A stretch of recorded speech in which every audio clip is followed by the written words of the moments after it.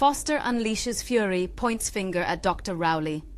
As the post-election turmoil in the PNM continues, General Secretary Foster Cummings issued a statement yesterday in which he appeared to criticize former PNM political leader Dr. Keith Rowley, whom he alleged adopted an election strategy that took the party from government to opposition. Cummings is under pressure from elements within the party to resign his position as General Secretary. Some of these persons, who call themselves PNM changemakers, submitted a statement on Thursday in which they accused Cummings of abusing his office and breaching the party rules in the recent election of a chairman by the General Council, which took place on Tuesday. Eligibility of votes questioned, Dr. Amory Brown. The General Council voted 58 in favor of Dr. Gadsby Dolly as the interim chairman. But questions have been raised about the eligibility of two voters, Dr. Amory Brown and Roger Monroe, who were delegates of the legislative grounds, but who at the time of voting had ceased to be members of Parliament and were therefore no longer eligible to vote. The changemakers and others have also questioned the decision of 6 PNM MPs to caucus without the involvement of the other MPs and issue a media release indicating that they had signed a letter of endorsement of Penelope Beckles as opposition leader. The group of PNM members claimed this was done with the involvement of Cummings. In response to these allegations, Cummings said in a statement that given the information circulating in the public domain, he wished to state he was not consulted and certainly did not approve of the strategy engaged by those who took us from government to opposition in furtherance of their agenda.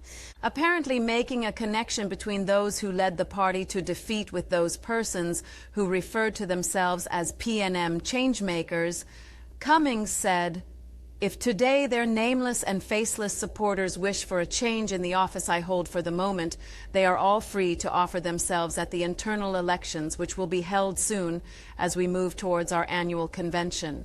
Roger Monroe. In due course, I will have more to say on this matter, but as General Secretary, my first responsibility is to the party, the membership, and the office that I hold.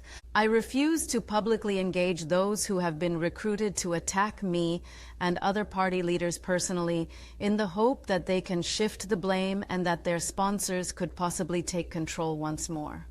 I proudly support Penelope Beckles as leader of the opposition and the next political leader of the People's National Movement. My decision in this regard is unshaken, notwithstanding these attacks. I call on all party members to work together to rebuild this great party and to continue in service to the people of Trinidad and Tobago, he concluded. Nyan PNM down but not out. Meanwhile, PNM interim chairman Gadsby Dolly also issued a statement yesterday attacking the PNM changemakers, whom she described as the nameless, faceless, baseless, cowardly. As chairman of the PNM, I issue due notice on behalf of the leadership. The PNM is down but not out, denied office but not defeated. Pay our political opponents no mind, and closely examine the horns of all who claim to love the PNM. None who seek our best interest will encourage hatred and divisiveness, but unity, Gadsby Dolly stated.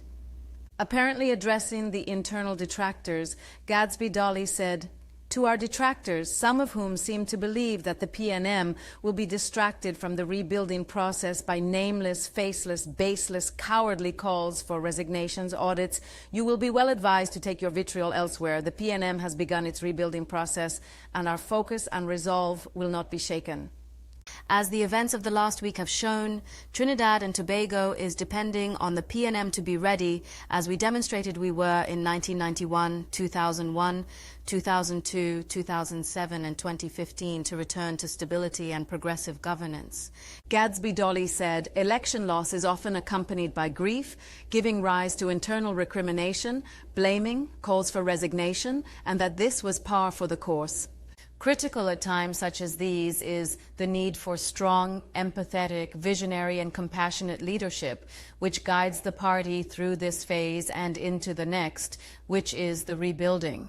The PNM has rebounded from election losses in 1986, 1995, 2000, and 2010, and this track record should give our members and supporters hope, she said.